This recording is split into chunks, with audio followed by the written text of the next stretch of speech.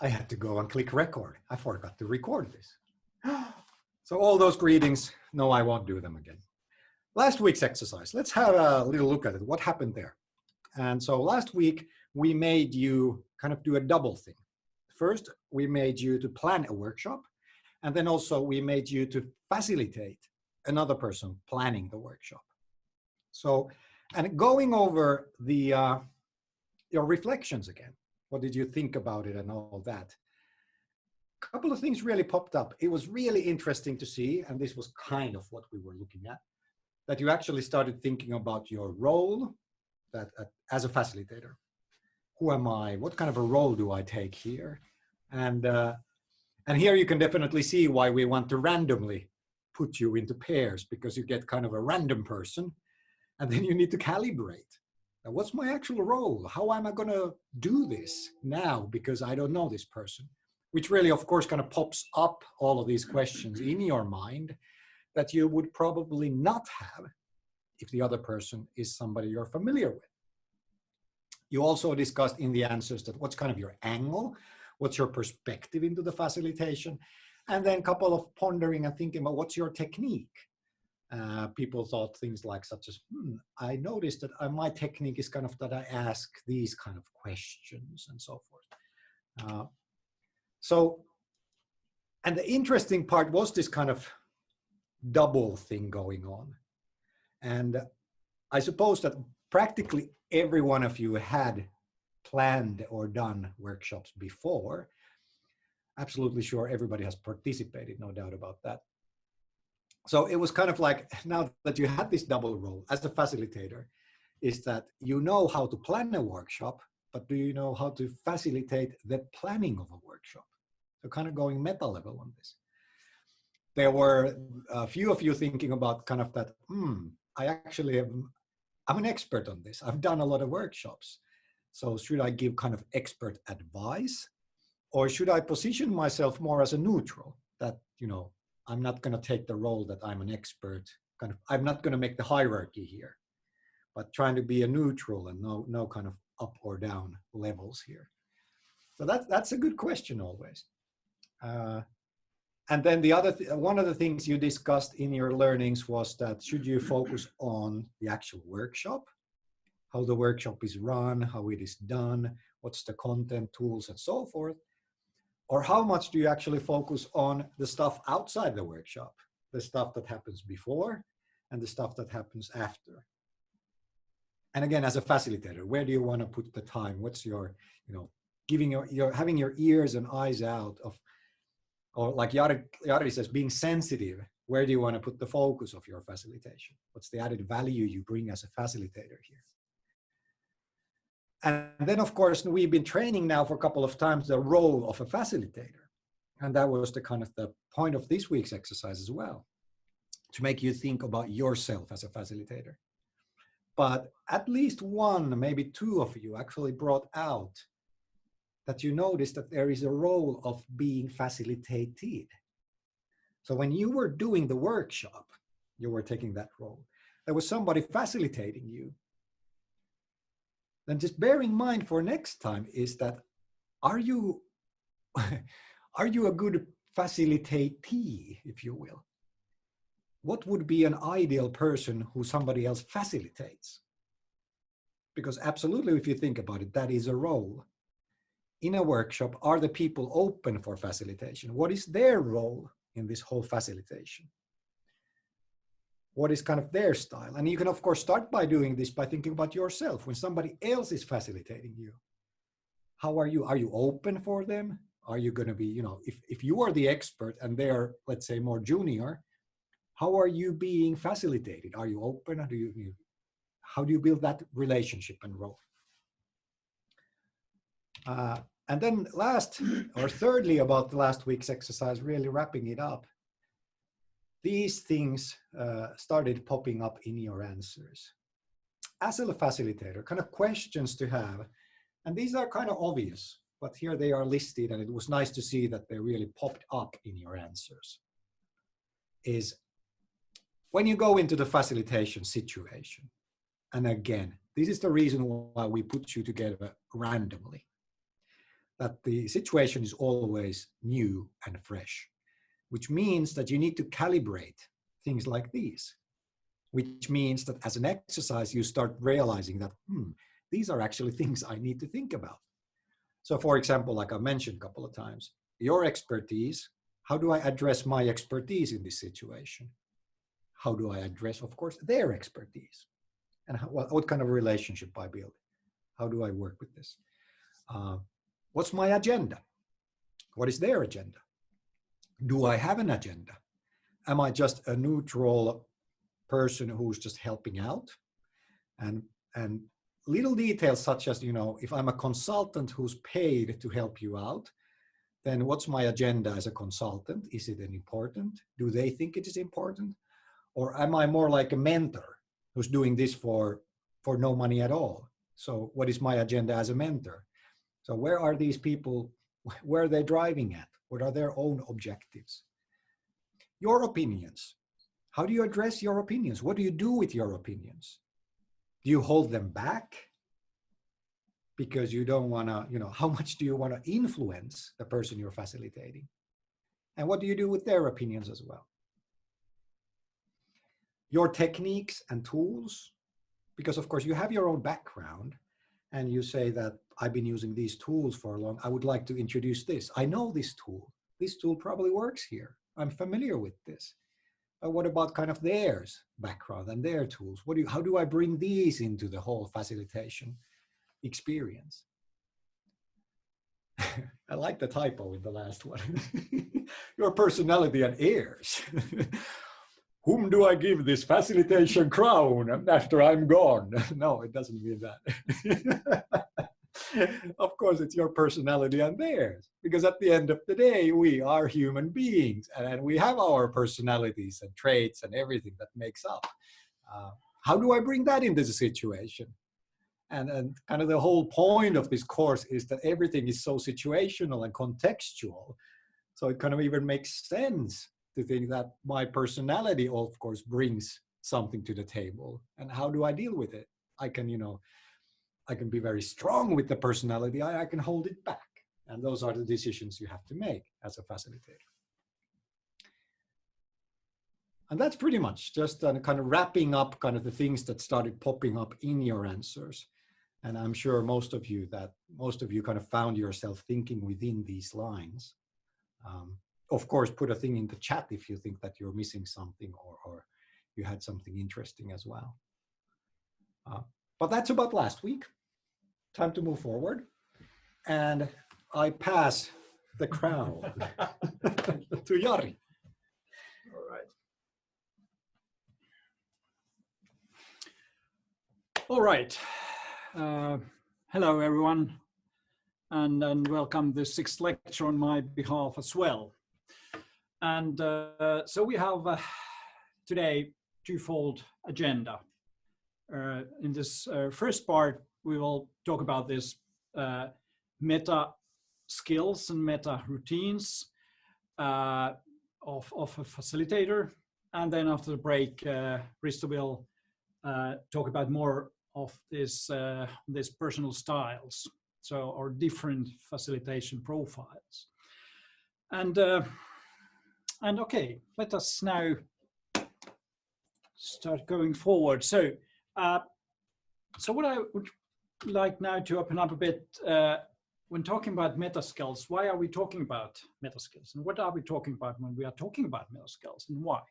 And so that's one thing first, and then meta routines, what and why, and then a little bit about also how can we learn and improve if we want to be better facilitators. So how can we, what should we do? What is the nature of learning, and what are the kind of routines of improving our practices and skills? So that's basically the idea for next, let's say before the break. So something like half an hour, 30 minutes, or a little less. Okay, meta skills. Meta is something that that is higher up, so in one level up kind of thing. So what do we talk about when we talk about meta skills? So one definition is that meta skill is kind of higher order skill that allows us to engage with functional expertise more effectively. So it enables us to perform better or somehow make us more effective. And those skills are kind of catalysts as well for learning and building new skills better, faster, and so on. So it could be thought that when we are acting, doing something, the meta means that how we analyze that or plan or reflect on and try to make it better, try to manage that doing. And so that's something I would call meta. Of course, when we talk about skills, what is actually the skill and what is when it becomes a meta? Well, there is one example that learning French is kind of skill, and learning languages could be kind of meta skill. So kind of more generic level skill of how to learn languages, and then more specifically, it can be things that it's a certain language. And there is, of course, different system levels we can think. And of course, when we think ourselves as change agents or leaders or those persons who are trying to influence others, so the professional skill or competence needed to influence others, I think there some kind of meta level thinking is always involved. Okay, so other words could be generic skills, or well, there's even somebody has said that soft skills. So all those that are somehow connected to how we engage, how we connect, how we build relations, how we influence others, and how we do that even better. And then we have all these functional or substantial or kind of technical expertise, which is other kind of knowledge. Okay. In the first lecture, actually, Risto opened up quite a bit about how the world is at the moment, so that we have turned more towards uncertainty, discontinuity, disruption, and change is, well, the world has changed or it's ever changing, and maybe it has always been, but now there's maybe much more this kind of disruptive changes happening. And there's more needs to adapt, more needs to make sense, more needs to transform or change things. And that's why this kind of meta skills and meta thinking, I guess it's not just some persons, but it's more widely needed in all professions and in all organizations. But okay, when we take a look how we now learn these things, or what's the nature, this is something which I would say that we have all reached certain level of these skills through our life experience. Normally when we grow up, okay, we learn to learn, we learn to communicate, we learn to adapt situations and so on. And it's something that happens aside. So it's not the primary target of our learning in education, for example. And some are more skillful and some less throughout. And sometimes it's been taking, okay, some are natural talents in all these, and some are just not so good, and we accept that.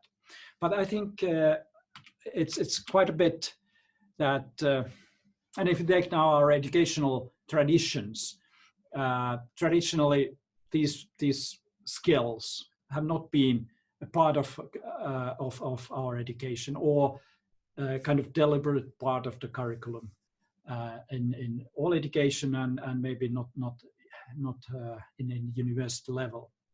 But fortunately, more attention is paid now to this lately, and when taking to new curriculum, new educational plans at school, there's a lot of emphasis on these kind of skills: how we engage, how we relate, how we know ourselves, and so on. And here, actually, it's still at the university here at Aalto. It's emphasized, but still, I guess we have a lot of students to graduate without having any course on leadership, organizational issues or teamwork. And they might have some experiences in different courses, but I think we should still do something with this stuff here at the university. Okay, I might have a bit biased lenses to say this because I'm educating this stuff. I'm a teacher, leadership, and so related stuff. So, but I would argue that this is very important. And as I said, generic and meta skills are more and more decisive in all professions and in all organizations now and in the future. So I would argue that it's not just a nice ad, but it's really a core part of our professional competence. And because we have to be able to work together with others and really to integrate our own technical expertise with others. And that's why we need all this. But okay, now I'd like to take a look. If we take a facilitator, change agent, leader, or a person who is really maybe a teacher as well, those professions where our core value, what we add, is happening through relational work. That we have to influence others, we have to build relationships, and we have to make impacts. And we have to plan those processes. And I would say that this kind of relational professions are a bit different from kind of technical expertise. And I would say that this teachership, leadership, and maybe this change agency, facilitation, all those roles are heavily built on relational expertise or relational competence. But let me now to open up a bit. There's a lot of different lists. If you go to Google meta skills or this kind of soft skill, generic skills, we have a lot of we get a lot of different lists and categorizations and different models. So I generate my own model as well, and this is based pretty much on my the literature, and I try to find a generic items or issues which could kind of illustrate what are kind of core skills or kind of competencies of a leader or here as facilitators skills as well. And this was based on my own thesis work as well, so it was kind of side result somehow. But okay, let us now to take a deep look. In core, we have, which I called intrapersonal skills, which are, well, surprise, surprise. First, self-awareness.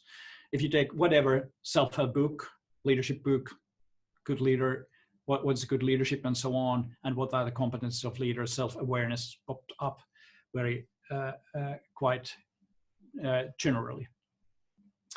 And now this is what we talk about when we talk about self-awareness. So of course, the list again could be very long. So I have included this kind of stuff. So first, in the opening lecture, we were talking about paradigms and worldviews and lenses. And knowing your own way of seeing the world is for me one major kind of core part of self-awareness. So what is our worldview? What is our kind of how we see human beings and how we see human beings together, and what's my theory in use in that sense, and my lenses, my paradigm. Then our personal values, identities, purpose, mission. Who am I? So question of what I answer when I answer the question, who am I? And it's a good exercise to take. If you can't say what you do, what would you say? Who are you? And then personal aims, what you want. So I have borrowed this from Aki Hintsa's book because I like these questions. They are very good in that sense because they are very fundamental. So what are my aims in life? What kind of life I want to pursue and why? So why questions are tricky, but I think the motives and drivers, why do I want to be a leader? Why do I want to be a coach or a facilitator or helper? I think it's a good try to understand this why question. What are my drivers?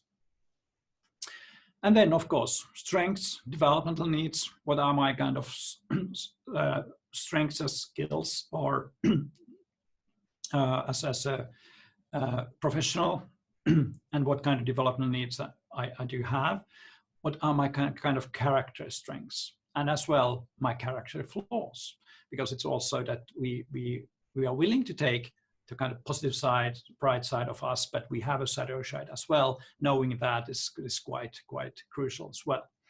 And then our emotional kind of what kind of emotional dynamics do we have? So because this is our energy source, but it's also can be that we have this maybe these shadow sides, but under pressure we might react in a tricky way, and we should be aware of that. So our emotional and our temper. So because as a facilitator leader, we should be able to regulate our reactions and use wisely our emotional energy. And then one thing which I see important, it's easy to say that, okay, I know myself. Actually, I just read some figure that I don't remember the reference now, but that 80% of people say something like, okay, I know myself very well. And then when we go to investigate more deeply, it's something like 15-20% who knows very well, because we have all biases. We have all some sides of ourselves that we are not so willing to look or we forget in a way. And so this is quite natural for us. But then I think it's very, very healthy. Ask feedback. So, and try to answer, do I know how others perceive and experience me? Because this is also, we could call it kind of extended self-awareness or kind of social self-awareness, that and it's helping us to see our biases and our own bubbles. So this is a fundamental thing, and we can do this throughout all our lives, so through the whole life, in a way.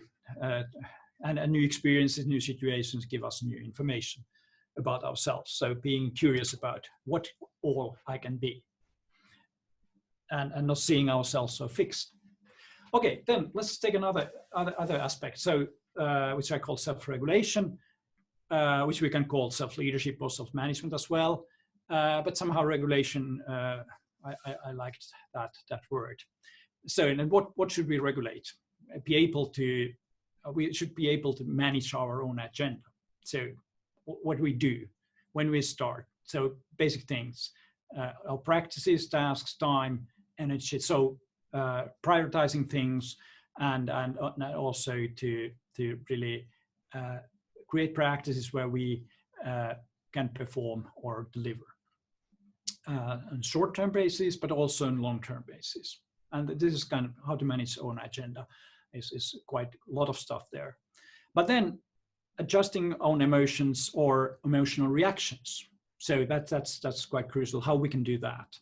And that can be if we are strong in temper, then it's a challenge how to really, in certain situations, not get angry easily, or somehow try to find out. And then if somebody is slower in that, it could be sometimes learn to show some emotions, because that creates trust as well. But it's also how we can regulate our thoughts. If we have a kind of negative kind of thoughts in our minds circulating, we can also learn to adjust our mindsets and thoughts. And then we certainly have some principles and values we want to follow. So how to really keep up those principles and values, because it could be sometimes that our context or surroundings could create temptations not to follow our own principles, and that there is also this how to keep up the boundaries. And then as a facilitator or change agent, it's utmost important also to understand when you are in a role that you are not falling out of the role, and you have actually now done exercises in this while you, for example, the coaching exercise where you have to listen and keep asking questions, not just starting to share your own experiences and ideas. And there's a kind of, it's tempting to fall out of the role, but it can spoil the facilitation. One example could be also that as a facilitator, do you start saying something about substance?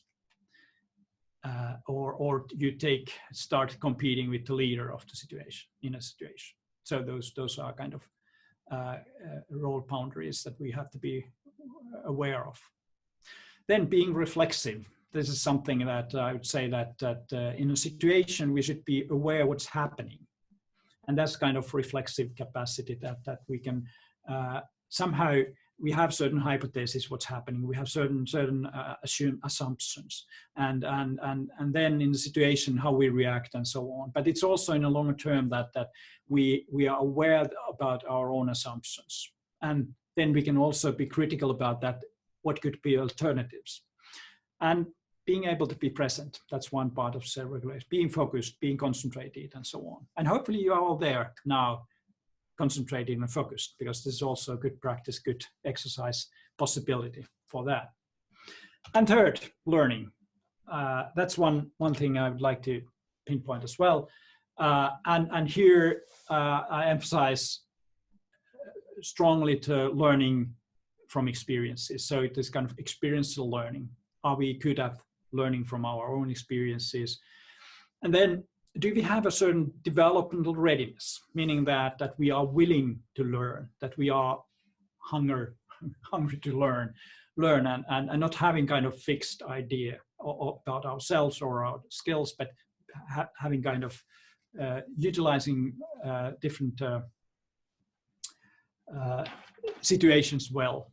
And then feedback receptivity. I don't know if this is the right word, but meaning that we want to get feedback and want to receive it. Also feedback when we are maybe not done so well or even failed.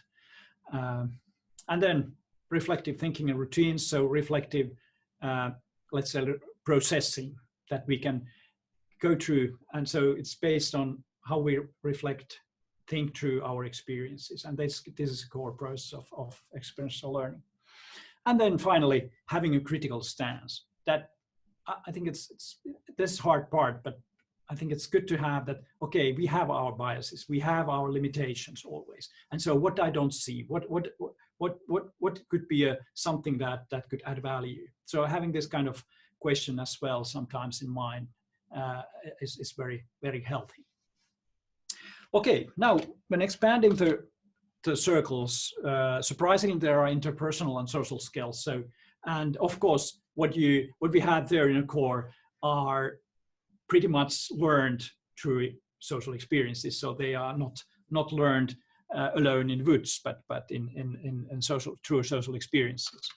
But okay, here I have the first thing is social, which I call social and contextual awareness. We were talking about a bit about contextuality in the first lecture, and so understanding what are the kind of organized setups, what are they like? So meaning that when people get together in an organized manner to do something together, what start happening? So what is kind of social and organizational dynamics in general? And then I'd argue that for a change agent or leader, certain kind of systems thinking is good. So understanding the organization as a system, that there is different levels and different layers, different things are relating and affecting, interacting together. And this as practice view, it's meaning that we understand organization through practices, so that people are behaving and there are certain behavioral patterns we follow, certain organizational practices through which we work, because these are pretty strong in organizations that it's not just the mindsets we change or knowledge of people that we change. We should change how people work together. So, and this practice view is looking quite a lot, not just people interacting, but also other stuff. So there is technology, there is information systems, there is physical space, and there's all this kind of materiality around, and we are related with that as well in organizations. And so understanding to kind of more holistic dynamics of organization is kind of needed. And then all organizations are political systems as well. So there's power behavior, there's political dimensions, and understanding that and sometimes it's quite hidden. And when we are going more to self-organized systems as well, this power and political dimension didn't go away because of that. They just become more hidden maybe. And then nature of development process and very importantly, emotionality in organization. And when we talk about the change situation, the emotions come visible, and also worries and negative emotions. And emotionality is also somehow hidden in many ways. So there is this shadow side of organizations as well. Cultural processes. So what's the cultural dynamics?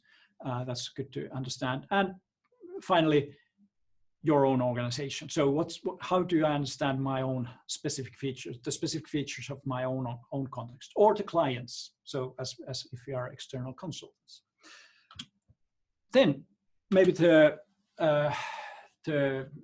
most common leadership part, so influencing, building relationships.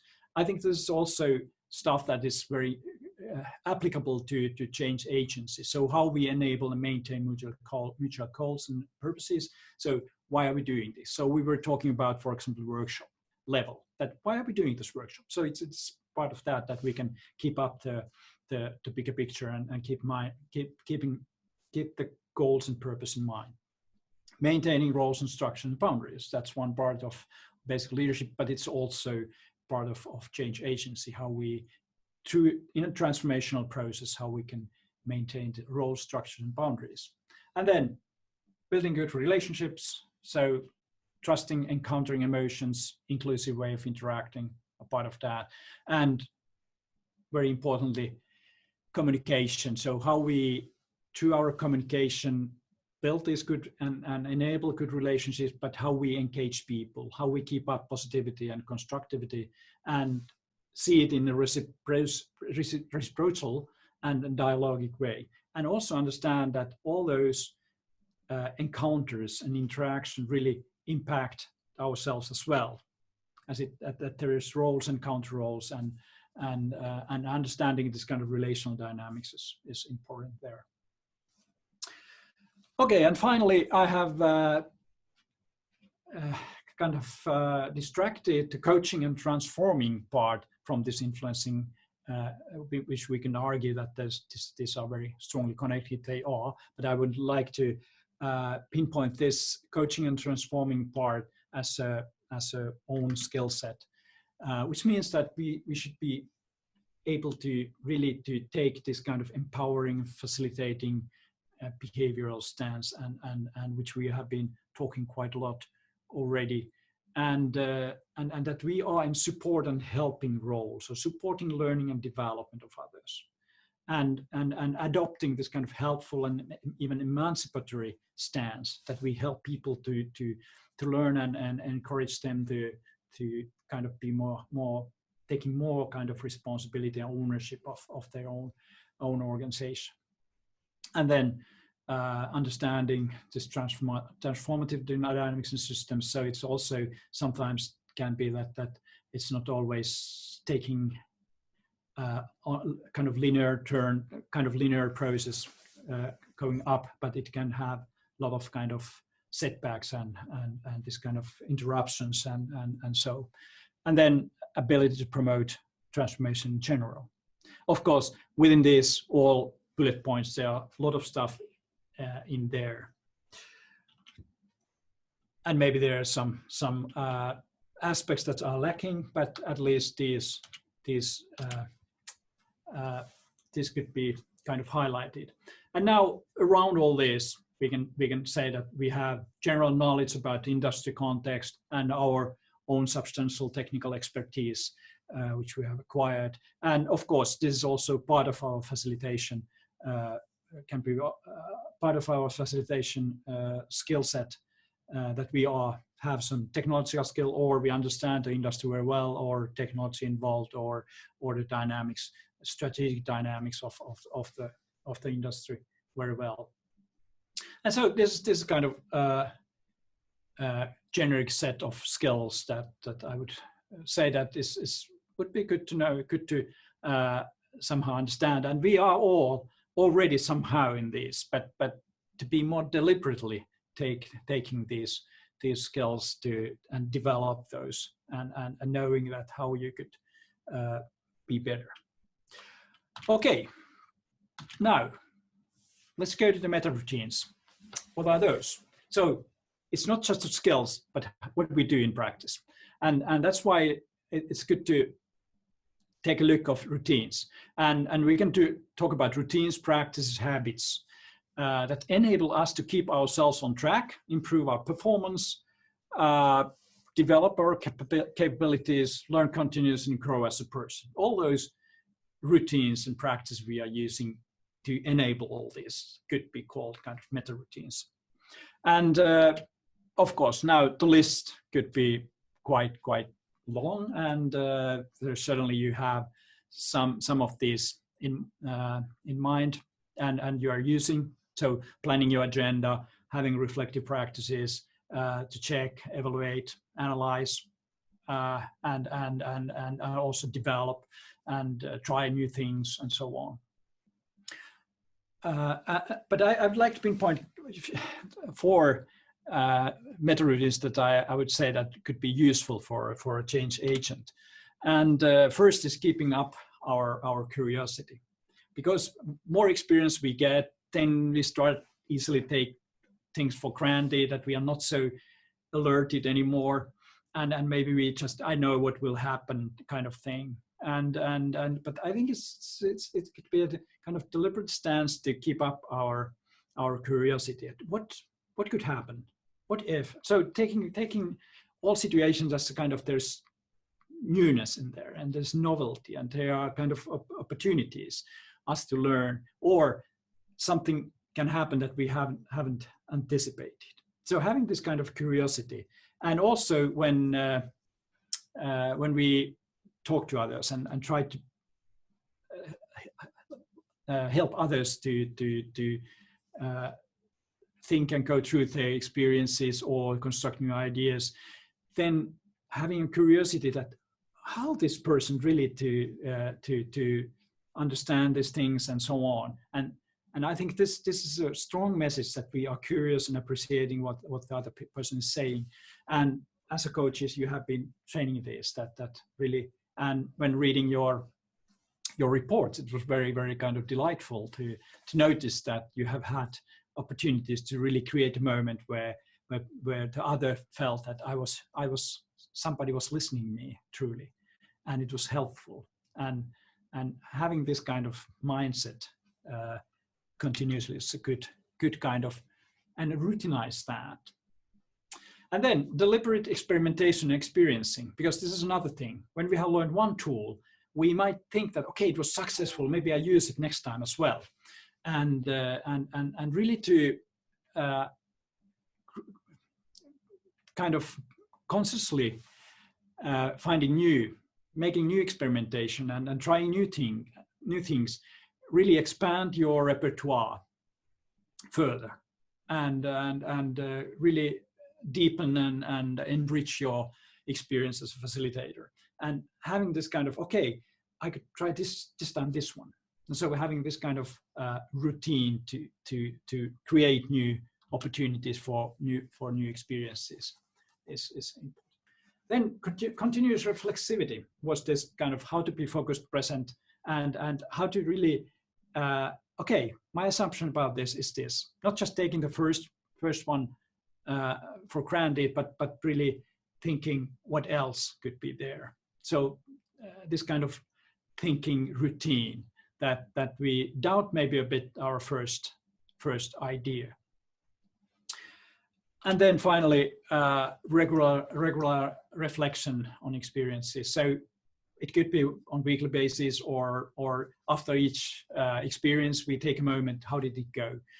what went well, what was different, and so on. So creating this kind of reflective practice is one thing I would encourage or really recommend. And of course, there's a lot of other routines as well that could be useful, but I would like to highlight at this point these. Okay, finally, before the break, what can we do if we want to learn and improve? Of course, now you are on a course on facilitating change, and you are in learning mode in that sense, and you have been experiencing and doing exercises and reflecting, writing, and so on, and all that is good stuff. And so I have here a list how we can make it even more kind of fundamental. So actually we were talking about those lenses even today. So first thing is polish your lenses, and this could be one thing we could do continuously. And so it could mean that we could write down, explicate our personal values, principles, and some kind of theory of facilitation and leadership. And it could be kind of personalized theory, because all facilitation, leadership, and these relational professions are based on our own personalities. And that's why I think it's most important to build your personalized style and practice. And after the break, Risto will go more to this style question, but finding your own way. What kind of facilitator, what kind of leader you could be, build on your own personality. If you are a kind of introvert, you can be extremely good facilitator because you have tolerance to listen and patience to listen more. And of course, when being a kind of talkative or that kind of person, then build on that, but then also being able to let others to talk as well. But creating your own kind of idea of yourself. And it could be also that there are certain stable part. And I have been thinking that we could really create a tool which is kind of document we update continuously, kind of portfolio of facilitation or change agents. As we have a leader kind of teacher portfolio here, we at the university, it could be one tool. Okay, then get experiences, because we learn only through those. So real experience in real situation, roles, and using new tools in new situations and facing new challenges. Ask feedback. So get feedback how others perceive and experience. And because this is the only way we can really break our own biases. Then reflect on experiences, not just getting experiences, but making sense out of that. And then updating your personal theory through these. And then have a reflection partner. It's very good if you have someone with whom you can talk, whether it's sparring partner, peer, or a professional coach, or even therapist, that there is someone you can reflect with. And then commit to continuity. So we have our everyday life gives kind of a lot of opportunities to learn and improve, but also all those professional situations we can just not go as an autopilot, but really with a learning mode. And small tip changes could be kind of good habit and routine, not trying to make big steps at once, but having exercises all the time and making deliberately. That's kind of way for sustained competence and skill. Okay, now I noticed that there's actually a question. Do you want to answer? It's a short question. Yeah, that's a very good point. There's somebody asking from in the chat that how to differentiate between reflexivity and reflection. And of course, when look to definitions of reflection and reflexivity and reflection, there is some kind of mixture of these.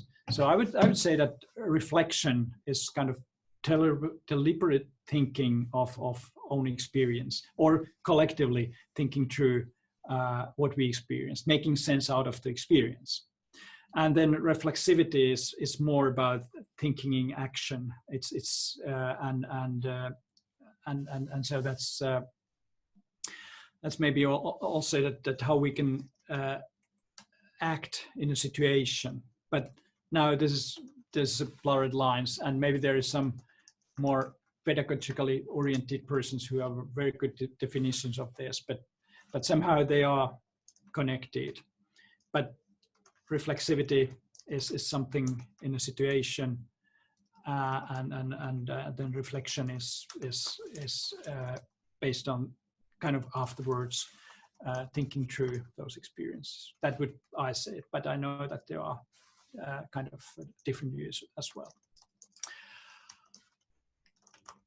All right, there are some other questions, but I think it's time. It's time for a break. For a break, sorry, and not going so far. Okay, but thanks for this part. Don't go far. So 5 minutes. 5 minutes from now. So I think it's 8 past, something like that. Okay, thanks for your attention, and I hope that we have some time in the end to respond to your further questions. Okay, have a good break.